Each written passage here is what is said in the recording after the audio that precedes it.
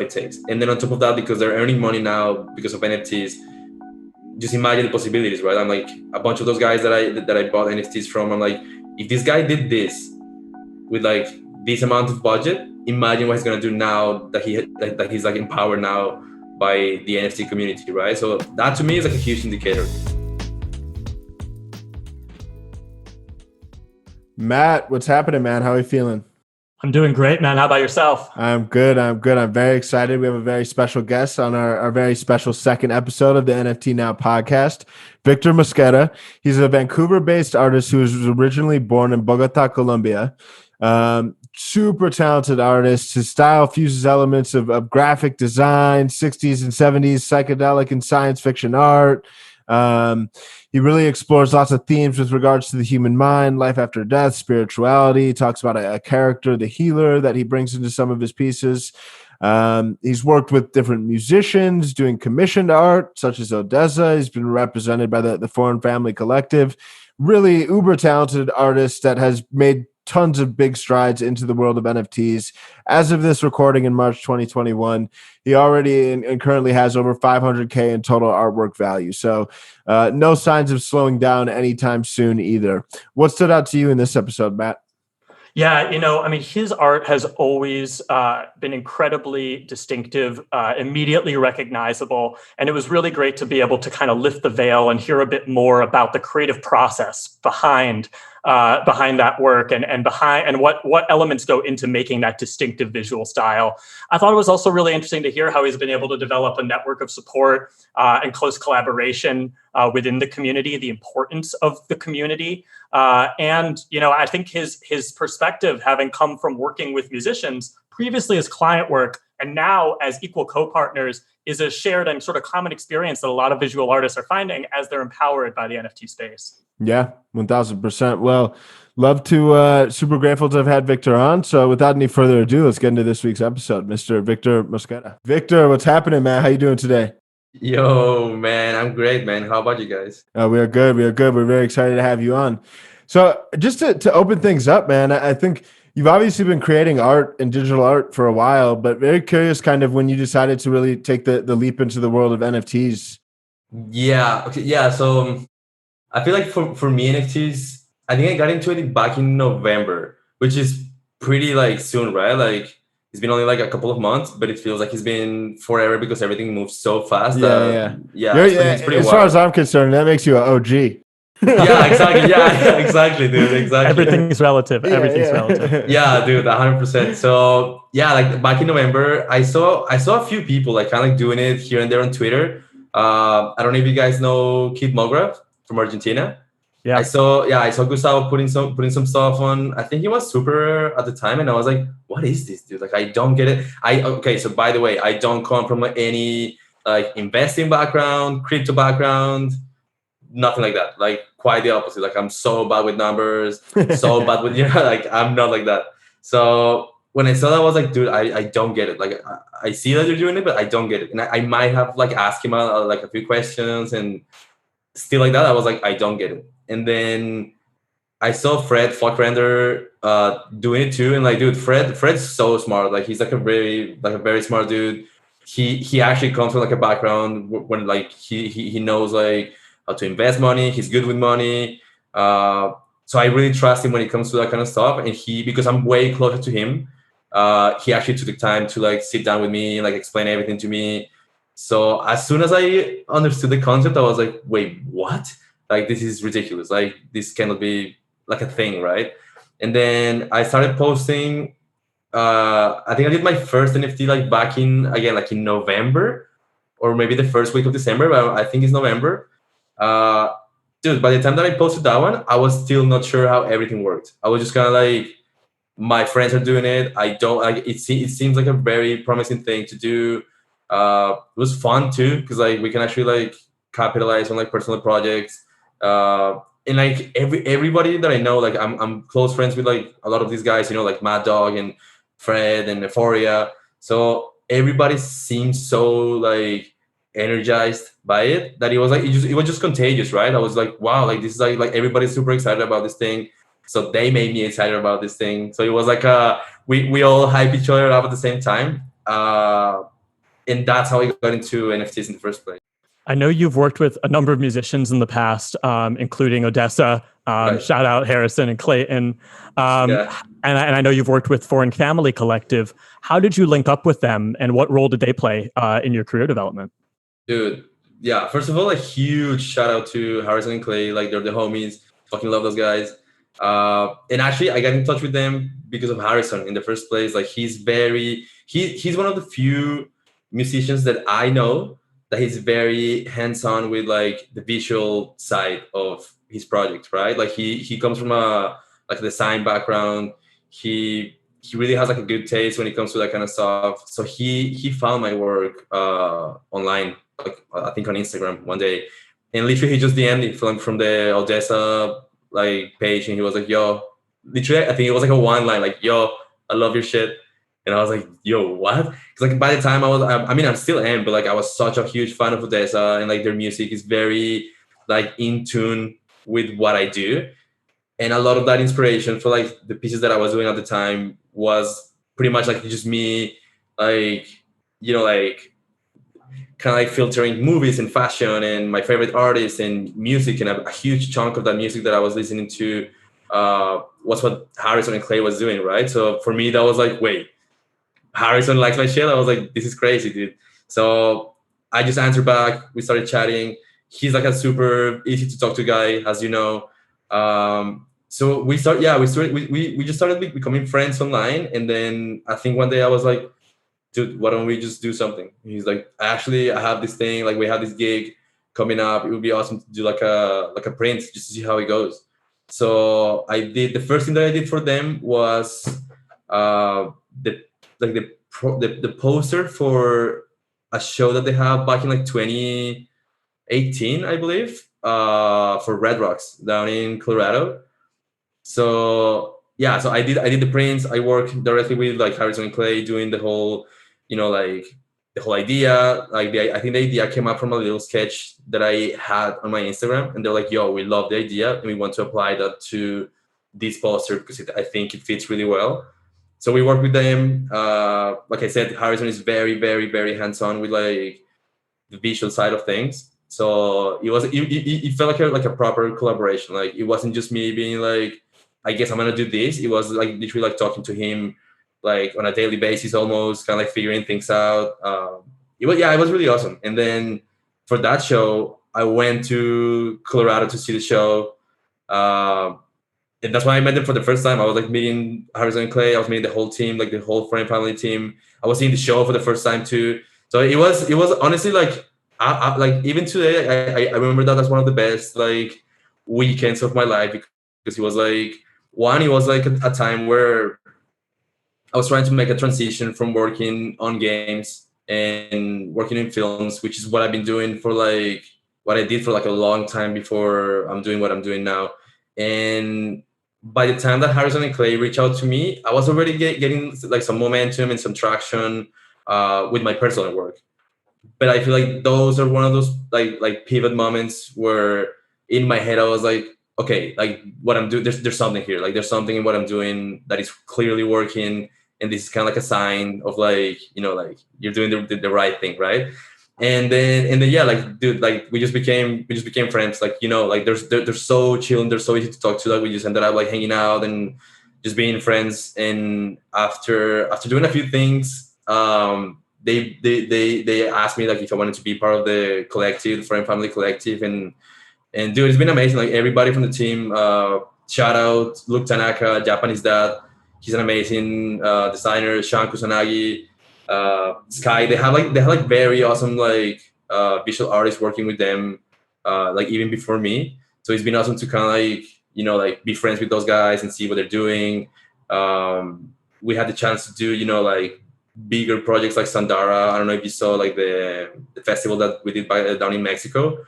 So those things, I'm very passionate about those things. Like I'm a fan of the music in the first place, and now they're homies. So it's like a win-win situation every time that I get to do anything with like Foreign Family. That's awesome, man. That's a fun journey into it. I love artists that cross different disciplines and look to really like bring their level of artistic inspiration and across these different verticals and different realms. So being able to collaborate with musicians and do that in a very collaborative way visually is fascinating. I'm curious when you think about some of the art you've been dropping as NFTs, man. Like I know you've seemingly kind of prioritized quality over quantity, done a fair amount of like very limited edition or like one-on-one drops. When you think about this, I mean, what are your thoughts on the importance of scarcity at a time when the scene is headed towards so much saturation? The way that I'm approaching NFTs right now is no different from the way that I've been approaching my own practice in the last years, right? So before NFTs were a thing, I was doing similar stuff with like print releases, right? So let's say I used to do like a print release for 24 hours. So that technically is like an open edition, right? For 24 hours, and then only the amount of people who get the print in those 24 hours, that's like the number of editions that I will print out, right? So the way that I used to do like these print releases, or if I do like a solo show where I have like original drawings and canvases and stuff like that, I'm more than scarcity. I think, I mean, it's a good thing, right? Like you always think about like, oh, like I want my stuff to be like limited so it gains value, right? But that's a very, I guess, like business way to looking at things, which is important. But again, that's not my background. So the way that I approach things is like, I just don't want to put stuff out just because I can, right? So like anybody can just do, especially now with like if you work with 3D or like digital art being how it's being recognized right now, it's way more easy to like way faster to like just pump out images, right? But that's not why I make art. Like I didn't get into art because I just want to make like cool looking stuff. Like the way that I approach my art is like every image is important to me in a way, and everything is very.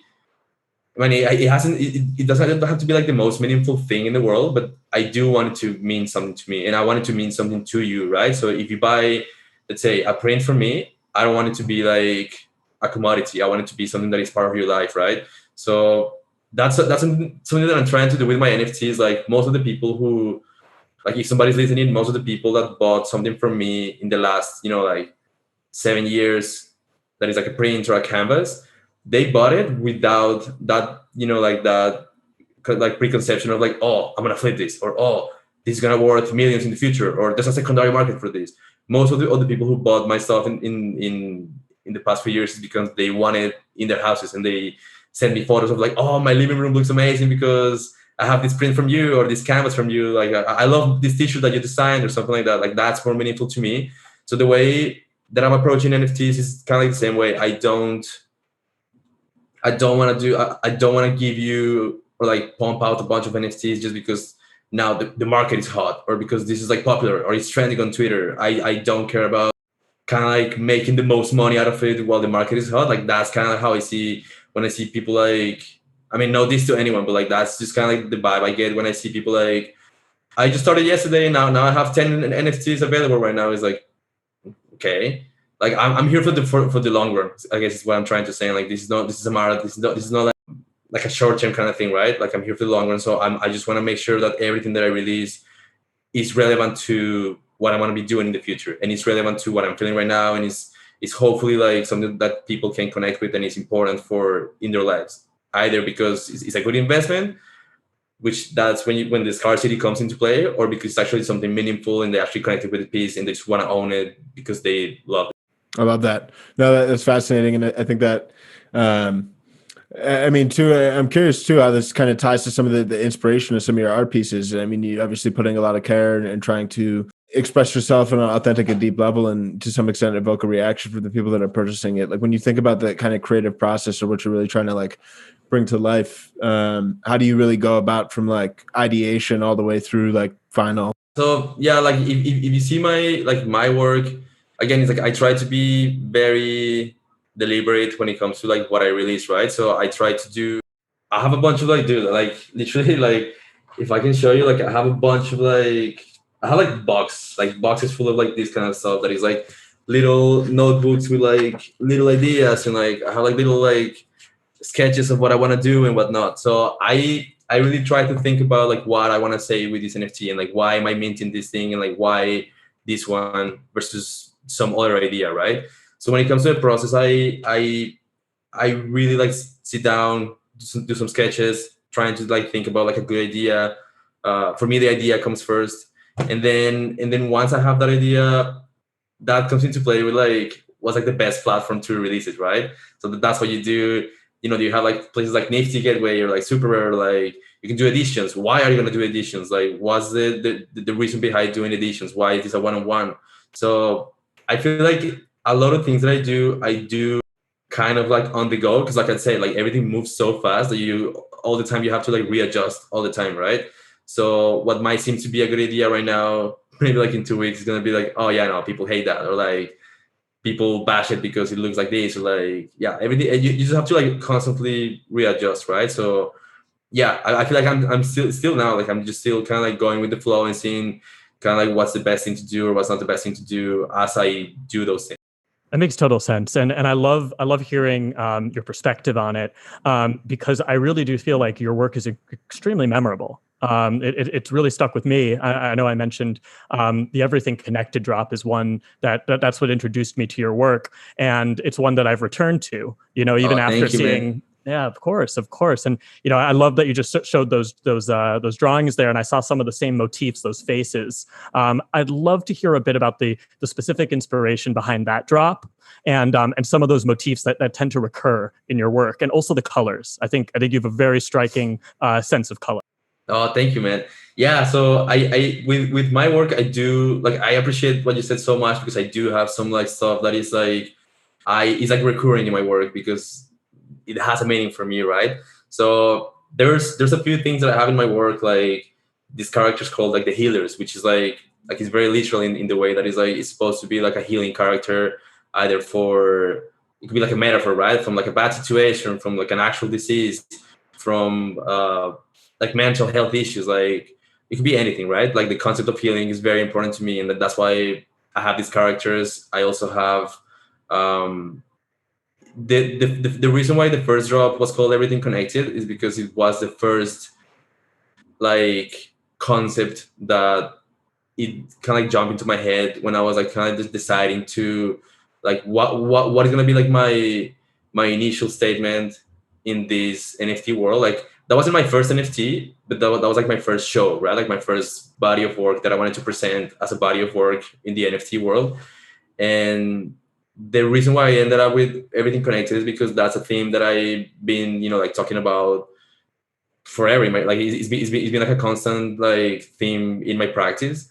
And it was kind of crazy because again, like when I started doing this, I was still learning at the same time. I was like, why am I doing NFTs? How does this work? What is crypto? What is Ethereum? Like I had no idea about any of those things, right? So I remember at the same time that I had like the opportunity to make my first drop on Nifty, literally at the same time, I was kind of like learning about crypto, like how does it work? How does everything works, right? And I didn't even know what blockchain was. So I was like, wait, what's going on? So I remember very clearly being like, just kind of like reading online about blockchain and Bitcoin and Ethereum and how does everything work.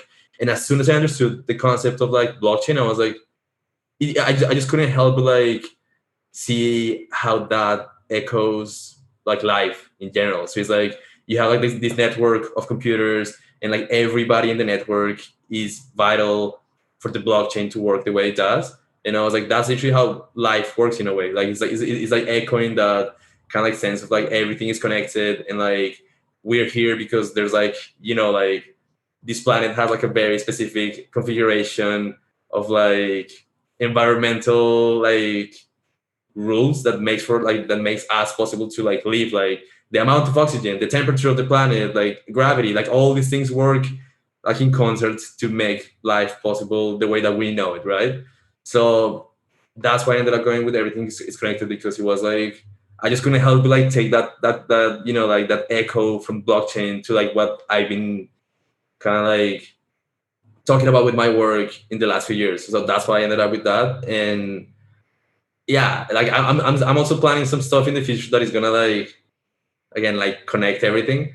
So that was like a first step into this world. That was me making sure that my footing is strong in the NFT world. And then yeah, like even in that work, I kind of like encompass a bunch of the things that I do all the time. So like even with the audio, like I do my own audio, and like I was talking about how I for the audio for the drop, like the Everything Connected drop, I used a bunch of like instruments from like a bunch of different cultures. Like I have like African drums, Japanese drums, I have flutes from South America, I have like synths from like Europe and the States, right? So like I feel like that kind of like combination of everything is kind of like an audio representation of the same concept, right?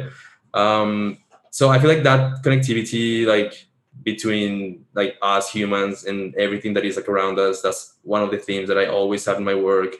Like the afterlife too, but like I try to like think about the like about the afterlife as like not like a negative thing. Like it has like a sad connotation to it, because I mean like very obvious sad connotation, but I try to make it more like a celebration of like the life that just ended, and then that transformation to like a different thing. So yeah, like I feel like those things, even the heads, like I don't know if you guys saw, I had a piece called Zenith, which is like the heads that are like hollow, but you can see through the back, and then through the back is like a portal, or like a window to a different thing. That's also that I've been doing for like years now. It's one of my like my signature things that I have in my work, and it's meant to represent again like the head is it looks like a mask, like a helmet at some point, because it's like a supposed to be a vessel. It's not supposed to have like an ethnicity attached to it. It's not supposed to. It's not supposed to feel alive. It's supposed to feel like a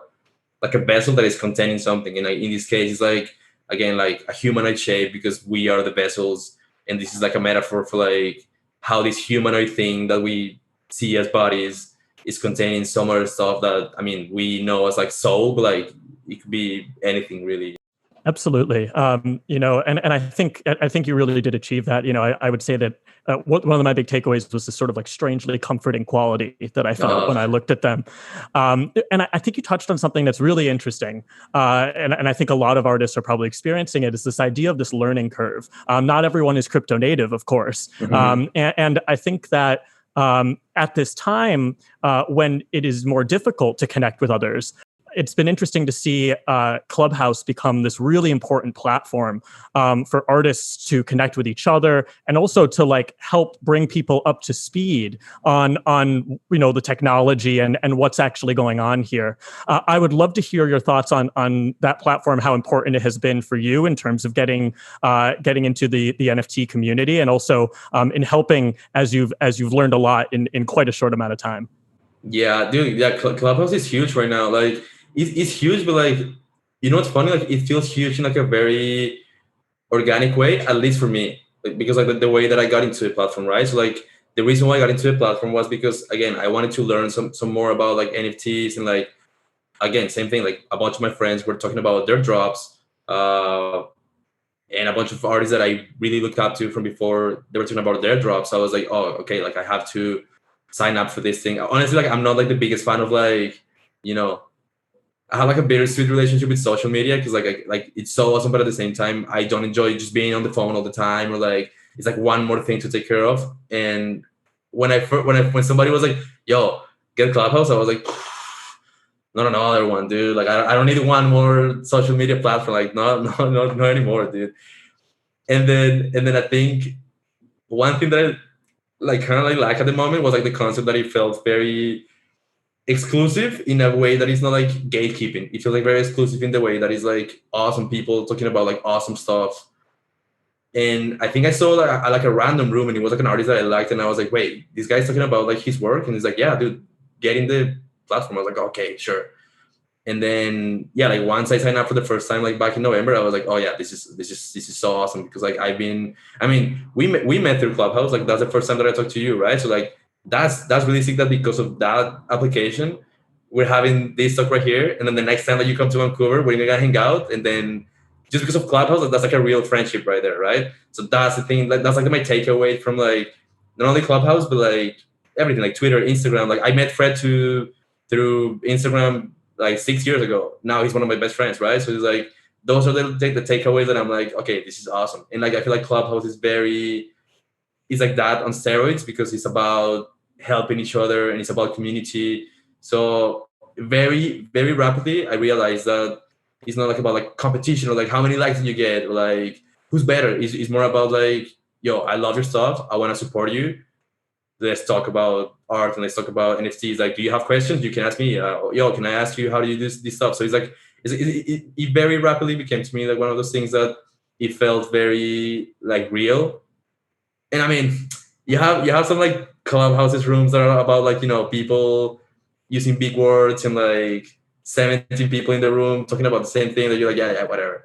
But most of it, from my perspective, because that's the thing, right? Like everybody follows different people and everybody's part of different rooms, right? So it's very interesting to see, even from like friends that I have, it's interesting to see their communities versus my community, right?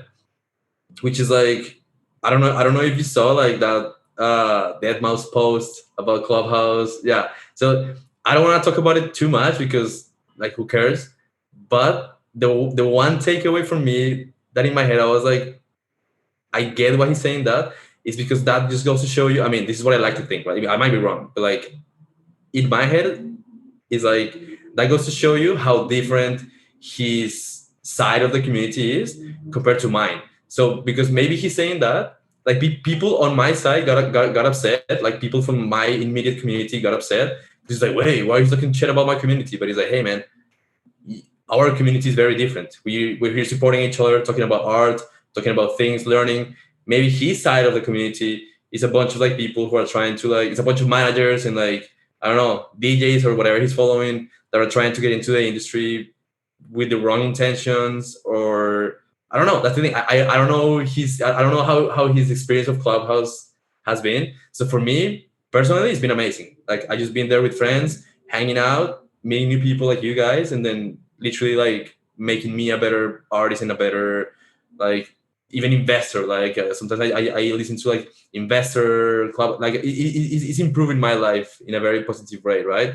Maybe for him it's just seeing people kind of like talking about the wrong things, or like, yeah, like I cannot speak about that because I don't know his experience, but that's what I think. So like for me, Clubhouse is like so far it's been like a very very positive experience, and I'm happy that I got to like do it and connect with people like you guys.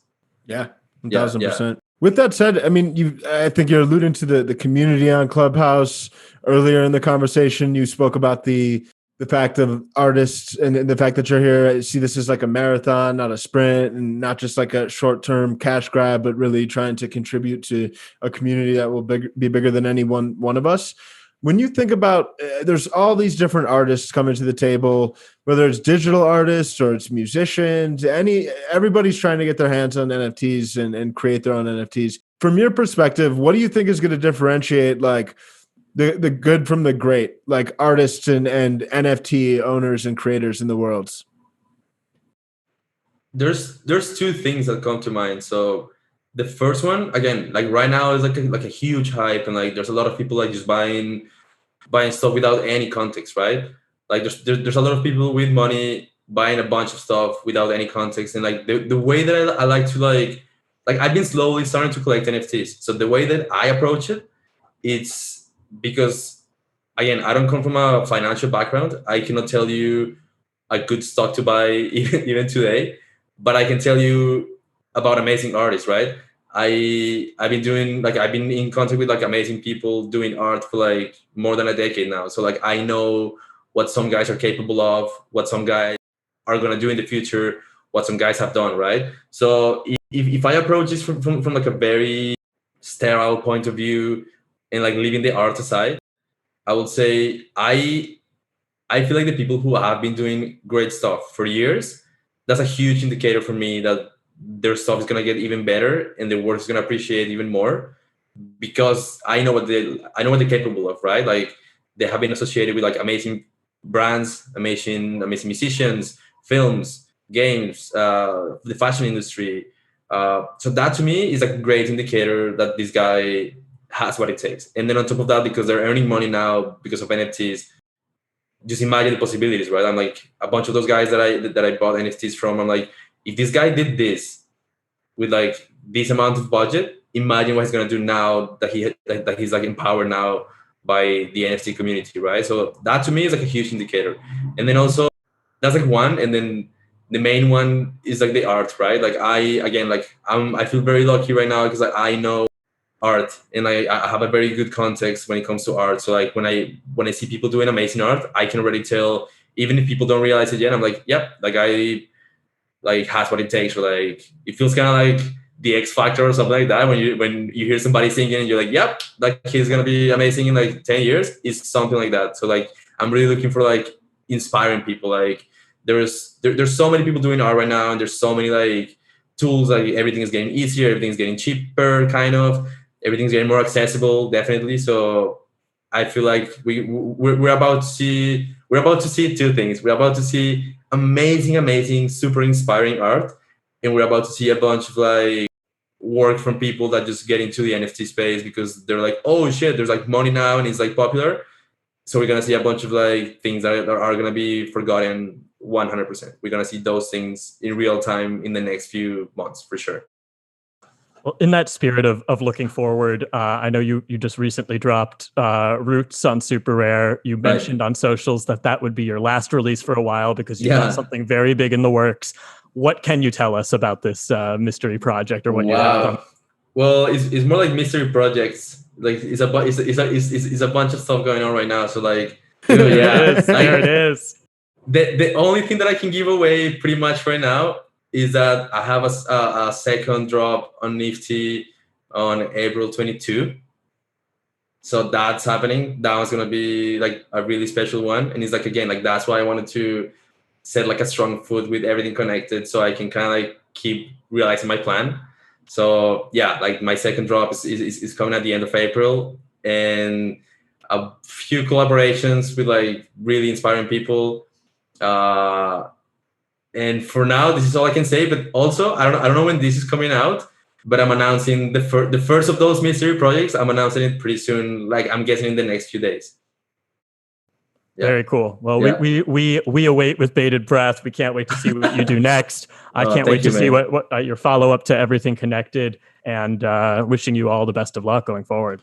Oh, dude, thank you, man. Honestly, I'm just super excited, man. Like I'm super excited to see not only like how my work goes, but I'm very excited to see like what my friends do, what other artists that I don't know do, what you guys do. Like, dude, like again, it's like you guys are doing such a good job with the NFT now that I feel like there's like this is like a much needed, like kind of like outlet for this kind of stuff. And like I'm just very excited for everyone who's being part of the community, regardless of like if you're an artist or not, if you're a musician or not. Like I feel like everybody can benefit from this community so much in so many positive ways that I'm just very excited for like literally everyone. Like, dude, even I've seen people like quitting their jobs because they're like, I don't know, they have like a shitty job at like Starbucks making X amount of money, and they're like, wait, I've been making way more money buying stuff on Nifty and then kind of like being part of the secondary market in a healthy way.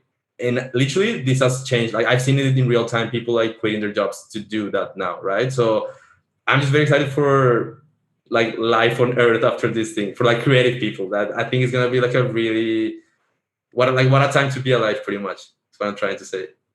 There we go. Yeah. Well, appreciate you coming on, Victor, man. We're all excited for the roller coaster ride to come, man, and just keep pumping out the amazing work that you've been doing, man. We're watching. Dude, thank you so much. I appreciate you guys so much.